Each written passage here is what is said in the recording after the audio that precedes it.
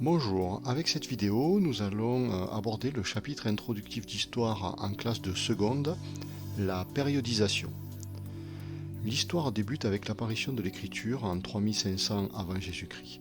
Ce changement marque le passage de la préhistoire à l'histoire.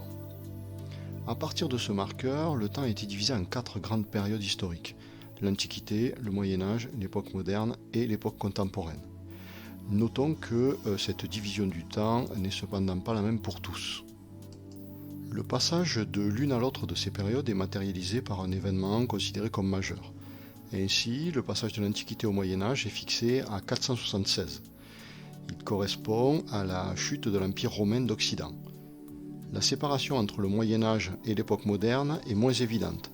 En effet, certains s'appuient sur l'année 1453, qui correspond à la prise de Constantinople par les Ottomans.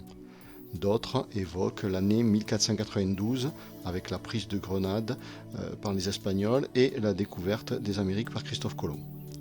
Enfin, le passage de l'époque moderne à la période contemporaine est marqué par l'année 1789, qui est une période de changement majeur en France au niveau politique et social. Cette division, que nous retrouvons généralement à travers les frises chronologiques, n'est pas la seule.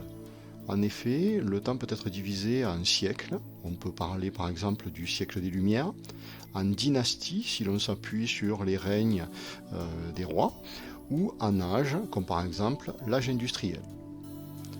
La division d'un temps long en histoire avec différentes périodes appelle à une réflexion sur les éléments qui permettent d'estimer le passage d'une période à une autre. Ainsi, dans le cadre du cours, nous évoquerons la problématique suivante: quels critères sont pris en compte pour fixer le passage d'une période à une autre?